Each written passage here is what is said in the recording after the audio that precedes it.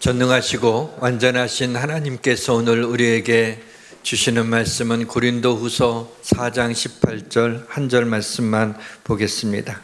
신약성경 290페이지 고린도후서 4장 18절 우리 한 절 말씀을 같이 읽도록 하겠습니다. 함께 읽겠습니다. 우리가 주목하는 것은 보이는 것이 아니요 보이지 않는 것이니 보이는 것은 잠깐이요 보이지 않는 것은 영원함이라. 아멘. 불꽃 같은 눈동자로 우리를 살피시는 거룩하신 하나님, 하나님의 말씀을 전하기에 너무 허물이 많은 죄인입니다. 용서하시고 성령의 두루마기를 입혀주셔서 능력의 말씀이 선포되게 하옵소서. 예수님의 이름으로 기도합니다. 아멘. 저는 수영을 못합니다.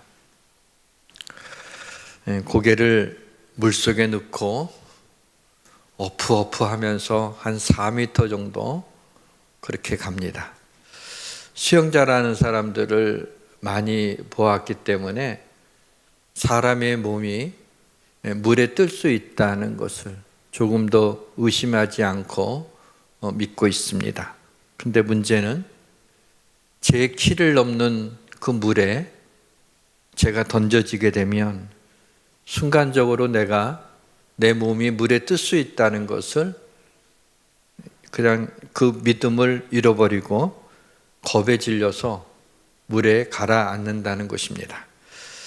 사람의 몸이 물에 뜰 수 있으니까 몸의 기운을 빼고 이렇게 팔다리를 조금씩 움직여서 이렇게 헤엄치면은 된다고 하는 이성적 판단을 하지만 어떤 깊은 물에 들어가는 순간 두려움이라고 하는 감정이 내 이성을 마비시키곤 합니다. 믿음은 어떨까요? 믿음은 믿고 싶은 마음이 든다고 믿어지는 그런 의지나 감정의 영역이 아닙니다. 그렇다고 믿음은 이성적으로 판단해서 믿는 것이 좋겠다 해서 예수님을 믿게 되는 것도 아닙니다. 제가 중학교 교목이었을 때 학생들한테 천재 수학자이며 철학자인 파스칼이 한 이야기를 들려줬습니다. 파스칼이 한 얘기를 그대로 들려준 건 아니고 아이들이 좀 이해하기 쉽게 각색을 해서 이렇게 얘기를 해줬습니다. 만약에 하나님도 없고 천국과 지옥도 존재하지 않는다고 그렇게 생각하고 살았는데 죽었을 때 진짜 하나님도 없고 천국과 지옥도 존재하지 않는다면 다행일지는 모르겠지만은 좋아할 수는 없지. 왜냐하면 좋아할 수 있는 의식도 없을 테니까. 그런데 하나님이 살아계시고 천국과 지옥이 정말 있다면 예수를 안 믿고 죽으면 큰일 나는 거야. 예수를 믿지 않으니 지옥에 갈 거고 영원히 지옥불에서 불에 타는 듯한 고통을 당하며 살게 되는 거야. 여기서 아이들이 살짝 겁을 먹습니다. 반대로 하나님이 살아계시는 것도 믿고 천국과 지옥의 존재도 성경에 기록되었으니까 믿는데 죽었을 때 하나님도 없고 천국과 지옥이 없다면 속상해하고 억울할 것도 없어. 왜냐면 영원히 잠들어 있을 테니까 말이지. 그런데 죽었는데 정말 하나님이 살아계시고 천국과 지옥이 있다면 믿음이 있는 사람은 이 땅에서 복되게 인생을 살아간 것이고 천국에서 말할 수 없는 기쁨으로 영원히 살게 되는 거야. 얘들아, 어디를 선택하는 것이 지혜로울까? 학생들한테 이성적으로 접근을 해서 납득시키려고 했지만 학생들이 얼마나 받아들였는지는 잘 모르겠습니다. 예수를 믿지 않으니 성경을 믿지 않을 것이고 성경을 믿지 않으니 죽은 후에 천국과 지옥이 있다고 하는 것을 믿지 않는 것은 당연하지만 우리가 이 세상을 떠나서 죽는다는 것이 명백한 사실이라면 정말 천국과 지옥이 있으면 어떡합니까? 가톨릭을 포함한 기독교인 인구가 전 세계 인구의 약 30%, 약 25억 명이 천국과 지옥이 있다고 믿는 사람들인데 이 정도면 충분히 천국과 지옥이 있을 가능성이 있지 않은가요? 우리가 이성적으로 판단할 때 말입니다. 그러나 이성적으로 판단해서 예수 믿는 것이 손해는 아니겠구나 해서 예수님을 믿게 되는 것이 아니라는 겁니다. 믿음은 이성적으로 또는 감정적으로 접근한다고 갖게 되는 것이 아닙니다. 믿음은 영적인 문제입니다. 에트바스, 그 무엇이 우리로 하여금 예수님을 나의 주로 믿게 하는 거예요. 에트바스, 그 무엇은 바로 성령님의 역사입니다. 바로 하나님의 은혜입니다. 바로 주님의 사랑입니다. 이것이 우리로 하여금 예수 그리스도가 나의 주가 되신다고 하는 고백이 터져나오게 하는 것입니다. 그럼에도 불구하고 저는 많은 사람들이 왜 진리의 말씀인 이 성경을 믿지 못하는 것인가? 예수님을 정말 정확히 안다면, 성경에 기록된 예수님의 모습을 그대로 받아들인다면 예수님을 믿지 않을 사람이 없을 텐데 라고 하는 그런 안타까운 마음을 지울 수가 없습니다. 믿음, 소망, 사랑, 이 세 가지가 다 있다면 이 중에 제일은 사랑이라고 말씀하고 있습니다. 그러나 믿음과 소망과 사랑 중에 단 하나만 선택할 수 있다고 하면은 믿음을 선택해야 됩니다. 왜냐하면 믿음이 없이는 하나님의 자녀가 될 수 없기 때문입니다. 오늘 우리는 우리에게 가장 익숙한 단어 중에 하나인 이 믿음에 대해서 생각해 보면서 우리의 믿음을 깨우려고 합니다. 이 시간 믿음을 잘 전할 수 있도록 성령께서 말씀을 전하는 자에게 지혜를 주시고 말씀을 듣는 우리 성도들에게 믿음을 이해할 수 있는 성령의 통찰력을 주시기를 주님의 이름으로 축원합니다. 모든 것이 잘 될 것입니다. 모든 것이 잘 될 것입니다. 모든 것이 잘 될 것입니다. 믿음은 단순합니다.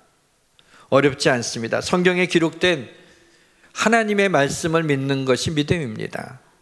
근데 우리에게 당황스러운 지점이 있습니다. 믿음에 대해서 우리가 잘 아는 것 같은데 막상 믿음에 대해서 말해보라고 하며 믿음이 무엇이냐고 물어본다면 무슨 말을 해야 될지 좀 고민하게 된다는 지점입니다.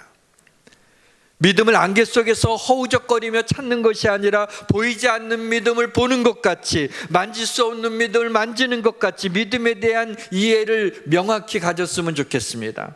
오늘은 믿음이 무엇이냐의 문제보다도 하우의 문제를 생각해 보려고 합니다. 어떻게 믿음이 생기는 것인지, 어떻게 우리의 믿음이 흔들리지 않고 견지해 나갈 수 있는지에 대해서 함께 생각해 보려고 합니다. 먼저 어떻게 믿음이 생기는지에 대해서 말씀드립니다. 그러므로 믿음은 들으면서 나며 들음은 그리스도의 말씀으로 말미암느니라. 말씀을 들을 때 믿음이 생기는 것입니다. 아브라함 당시에는 다신론이 존재하던 시기였습니다.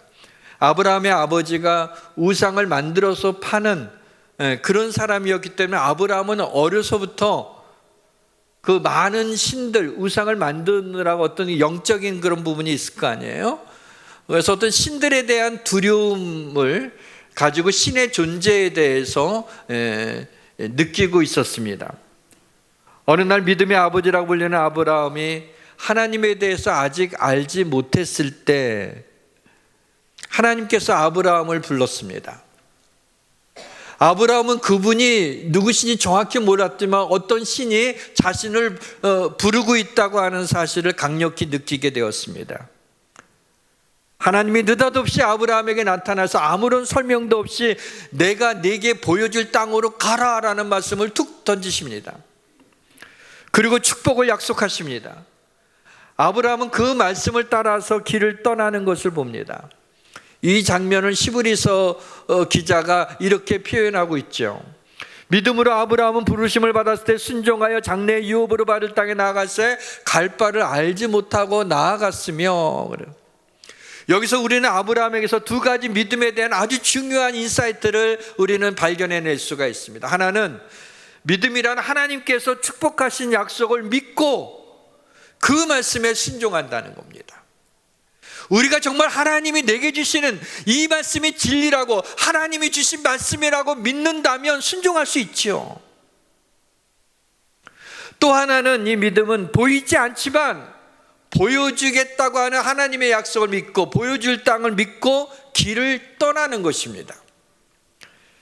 그래서 믿음의 사람은 보는 것으로 행하지 않고 보이지 않는 것으로 행하는 사람들입니다. 그래서 오늘 본문입니다. 우리가 주목하는 것은 보이는 것이 아니라 보이지 않는 것이니 보이는 것은 잠깐이요 보이지 않는 것은 영원함이라. 그리스도인은 청각과 시각과 감각과 이성과 경험과 머리로 아는 지식으로 인생을 살아가는 것을 포기한 사람들입니다. 그리스도인은 보이지 않는 하나님을 의지하고 사는 사람들입니다. 하나님의 말씀을 믿고 살아가는 사람들입니다. 뿐만 아니라 살아계신 하나님이 우리를 사랑하시고 우리를 잘 아시며 우리의 삶에 간섭하고 계신다는 사실을 믿는 사람들입니다.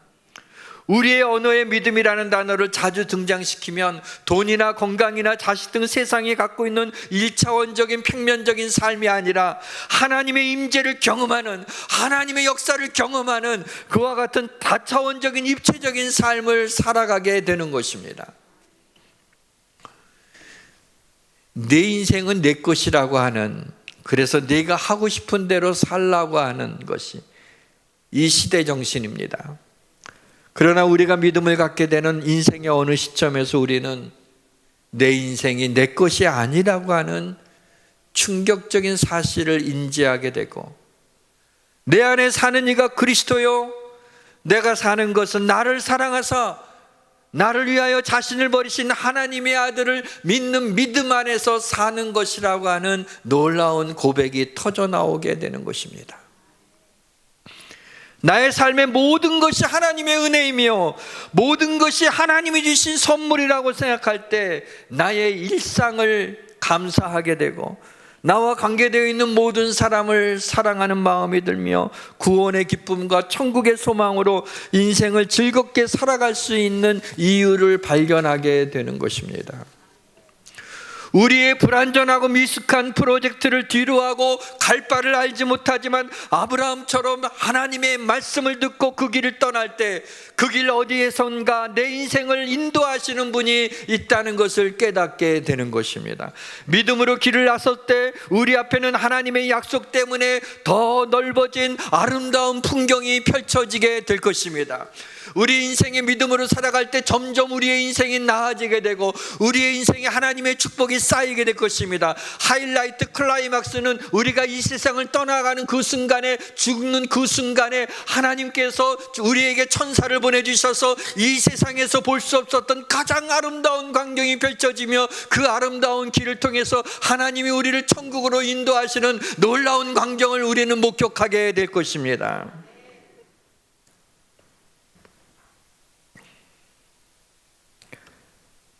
믿음으로 살 때에만 믿음이 실현되는 것입니다.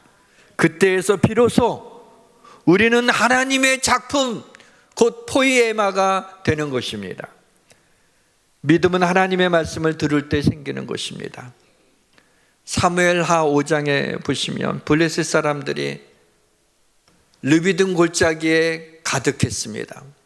이스라엘을 치기 위해서 많은 군인들이 모여들었습니다. 다윗이 그것을 봤습니다. 그렇지만 하나님 앞에 기도합니다. 하나님, 올라가서 이 블레셋 사람들과 싸우리까? 라고 하나님께 묻습니다. 하나님이 주신 응답입니다. 뽕나무 꼭대기에서 걸음 걷는 소리가 들리거든 곧 공격하라. 그때 여호와가 너보다 앞서 나아가서 블레셋 사람을 치리라. 믿음이라고 하는 것은 압도적인 블레셋 군대를 보고 두려워하는 것이 아니라 하나님이 말씀하신 대로 뽕나무 꼭대기 위에서 그 길을 걷는 소리가 들리면, 그러면 그들을 공격하라는 거예요.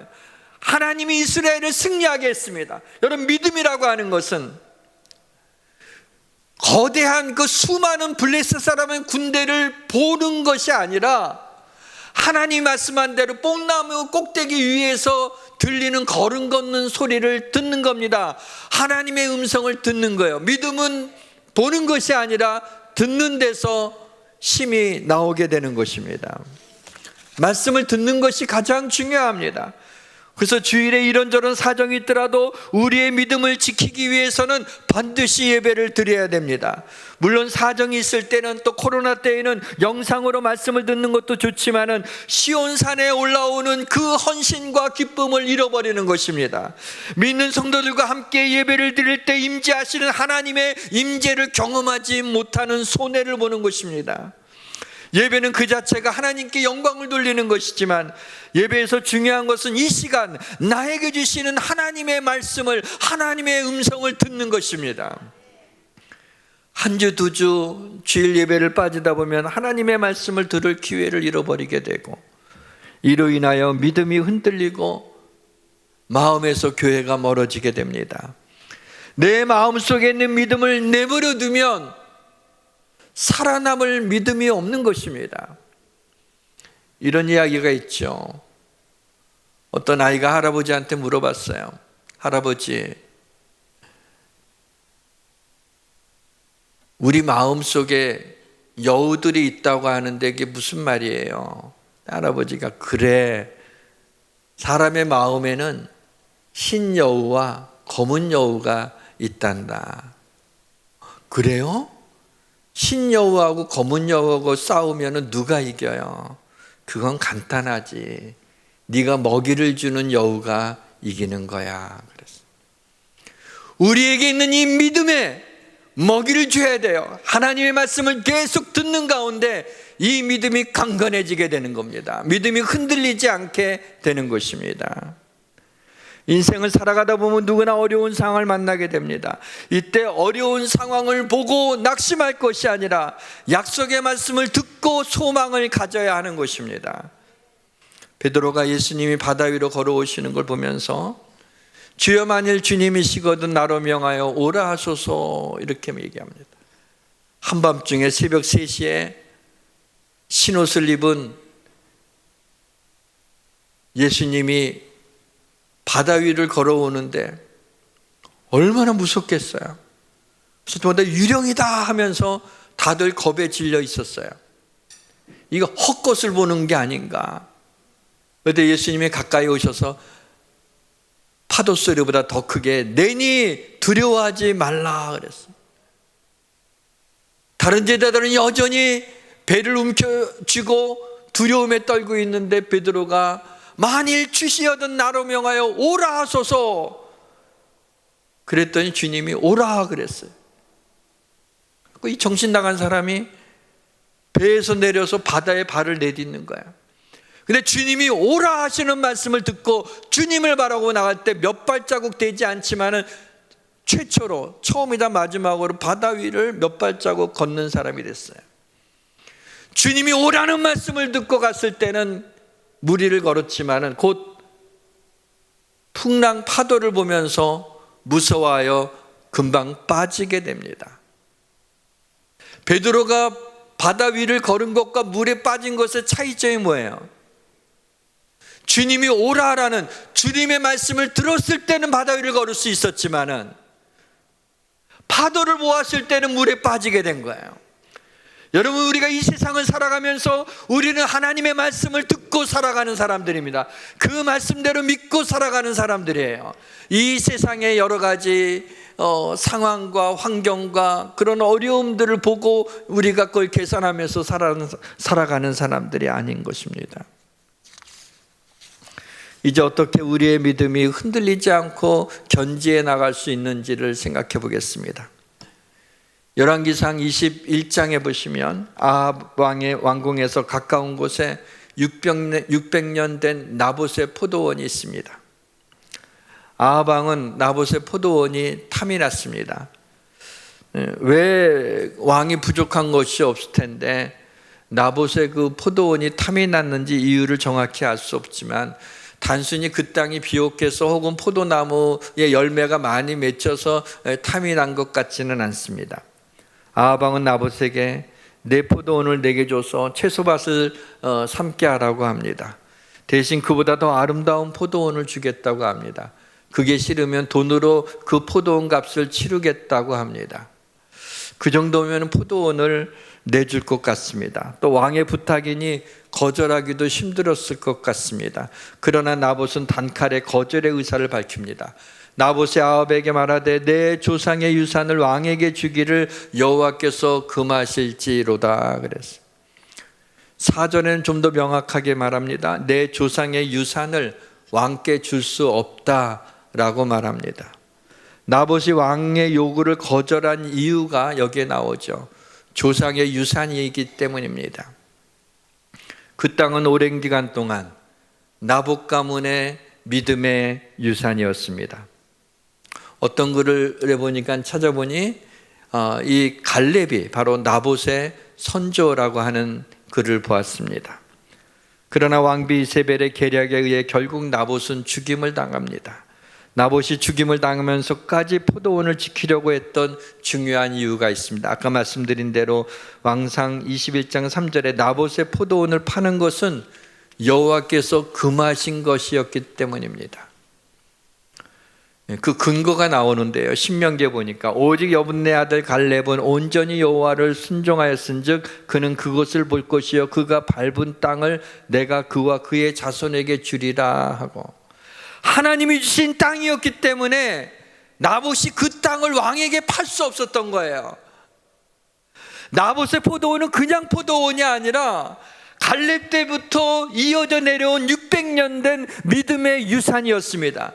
그 믿음의 유산은 이 나봇이 죽음을 각오하고 지킬 만한 가치가 있는 것이었기 때문입니다. 지금 제가 여기 서서 이렇게 설교를 할 수 있는 것은 어쩌다 이 자리에 서게 된 것이 아닙니다. 아주 오래전에 제가 목사가 되기를 그렇게 원하셨던 저희 어머니의 기도와 저에게 물려주신 믿음의 유산이 있었습니다. 그리고 예수님께를 처음 섬겼던 그 희생적인 성도들과 저와 교회를 위하여 기도해 주었던 많은 사람들의 기도가 버무려져서 오늘날 예수님교회가 세워지게 된 것입니다. 이 땅과 건물의 가치가 얼마인지는 별로 중요하지 않습니다. 이 땅을 구입했을 때 끝까지 함께했던 성도들과 함께 당시 나무가 우거져 있던 이곳에 모닥불을 피워놓고 둥그렇게 앉아서 기도했던 성도들의 믿음이 서려 있는 곳입니다. 교회 건물이 완성되기 전까지 풍동의 문화센터와 태권도장을 빌려서 앰프를 갖고 다니면서 주일에만 예배를 드렸습니다. 아직 전기와 물이 나오지 않은 식사동의 상가 건물 2층에서 추위에 떨며 예배드렸던 그 간절함과 하나님을 향한 믿음이 예수양교회를 세워지게 한 기초입니다. 바로 예수양교회 오늘날 여기에는 수많은 성도들의 기도에 믿음의 유산들이 이어져 내려온 것이기 때문에 지금 우리 예수양교회는 그런 의미에서 의미가 있는 것입니다. 사랑하는 성도 여러분, 부탁합니다. 믿음의 유산을 자녀들에게 남겨주시기를 바랍니다. 뱀 때문에 아담과 하와는 에덴 동산을 잃어버렸습니다.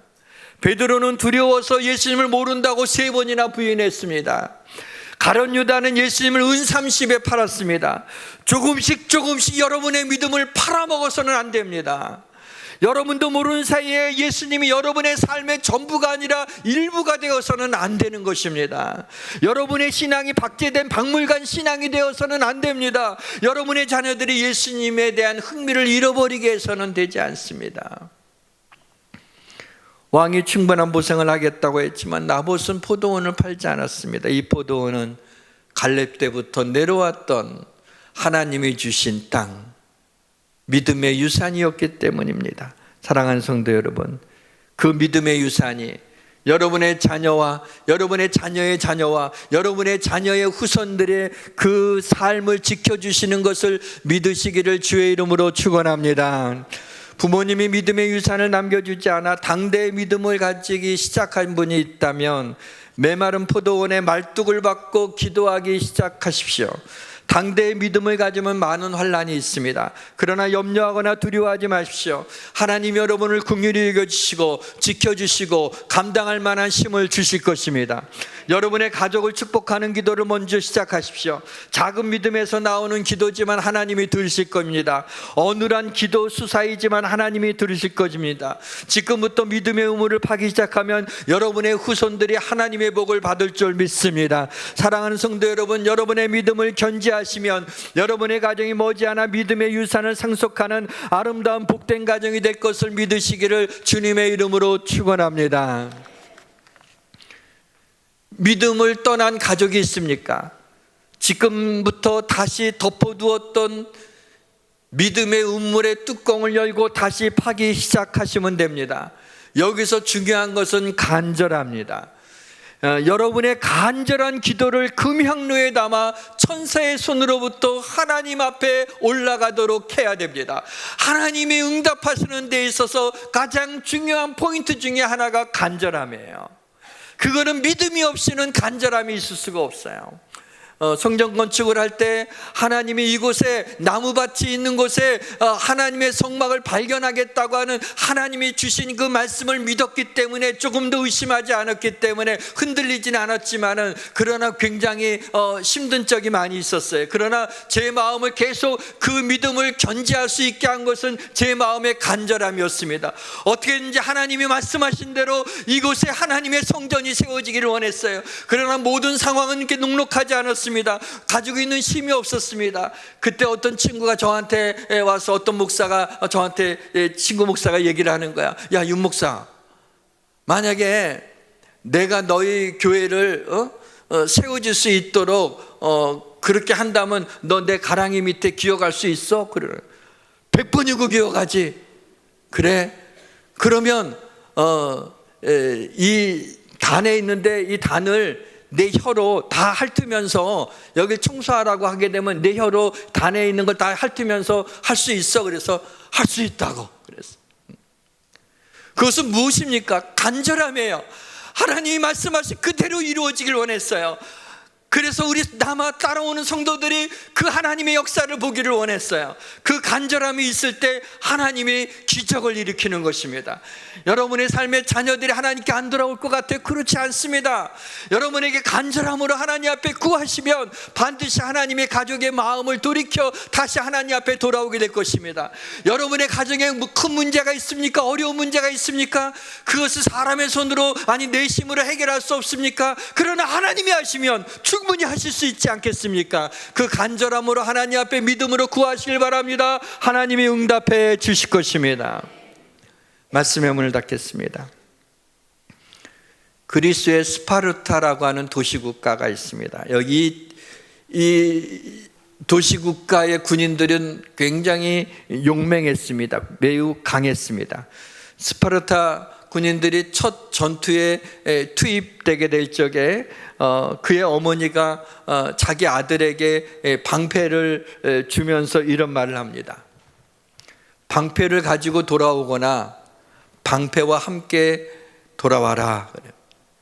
뭐냐면 방패를 가지고 돌아오는 것은 승리하고 살아서 돌아오라는 것이고, 방패와 함께 오라는 것은 죽어서도 방패 위에 죽은 채로 오라. 자기 아들이지만은 네가 남자답게 나가서 싸우라고, 그리고 방패를 꼭 들고 나가라고, 방패를 놓지 말라고 그렇게 하는 겁니다. 아들에게 슈퍼카를 사줘봤자 소용없습니다. 아들을 죄짓게 하기 쉽고요, 교만하게 만들어서 하나님의 복을 누리지 못하게 하는 것입니다. 그러나 아들에게 믿음의 방패를 물려준다면 아들에게 어떤 일을 닥치든지 그 믿음의 방패가 다 막아줄 것입니다.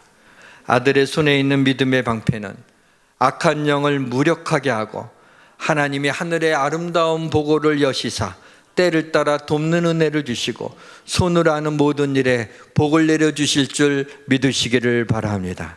사랑하는 성도 여러분, 주님의 힘의 능력으로 강건하십시오. 깨어 믿음에 굳고 서서 남자답게 강건하십시오. 우리의 싸움은 혈과 육에 상대하는 것이 아니라 악한 영과 싸우는 것입니다. 악한 영과 싸울 때 많은 돈은 필요 없습니다. 식스팩을 가진 강건한 몸도 소용이 없습니다.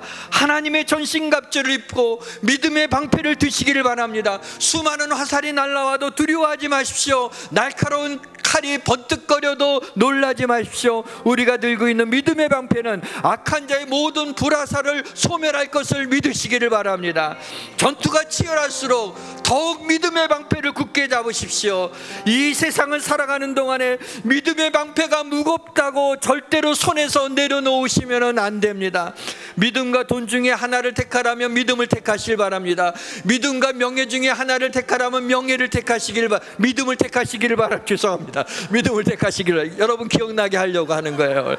믿음과 건강 중에 하나를 택하라면 믿음을 택하시길 바랍니다. 믿음과 자존심 중에 하나를 택하라면 믿음을 택하시길 바랍니다. 이 땅의 일시적인 것을 위해서 절대로 믿음을 버리지 마십시오. 믿음을 택하시면 하나님이 모든 것을 우리에게 더해 주실 것을 믿으시기를 주님의 이름으로 축원합니다. 어떤 칼도 믿음의 방패를 뚫을 수 없습니다. 믿음의 방패를 들고 있는 always win, 언제나 이깁니다.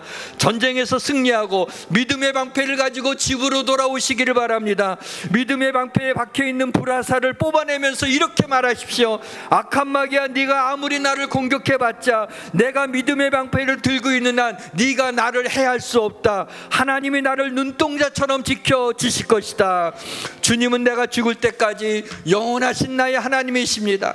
내가 너희에게 뱀과 정갈을 밟으며 원수의 모든 능력을 제어할 권능을 주었으니 너희를 해칠 자가 결코 없으리라. 뱀을 밟으면 뱀은 머리로 공격합니다. 정갈을 밟으면 정갈은 꼬리로 공격합니다. 그러나 머리로 공격하든 꼬리로 공격하든 우리가 승리할 것입니다. 왜냐하면 주님이 뱀과 정갈을 밟으셨기 때문입니다. 그리고 원수의 모든 능력을 제어할 권능을 우리에게도 주셨습니다. 우리를 치려고 제조된 모든 연장은 쓸모가 없을 것입니다.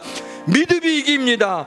믿음이 죄를 이깁니다. 믿음이 세상을 이깁니다. 믿음이 풍랑을 이깁니다. 믿음이 사탄을 이깁니다. 믿음의 방패로 모든 악한 영의 불화살을 맞고 승리하는 인생을 살아내시기를 주님의 이름으로 축원합니다. 찬양합시다. 세상 흔들리고 사람들은 변하여도 나는 주를 섬기리.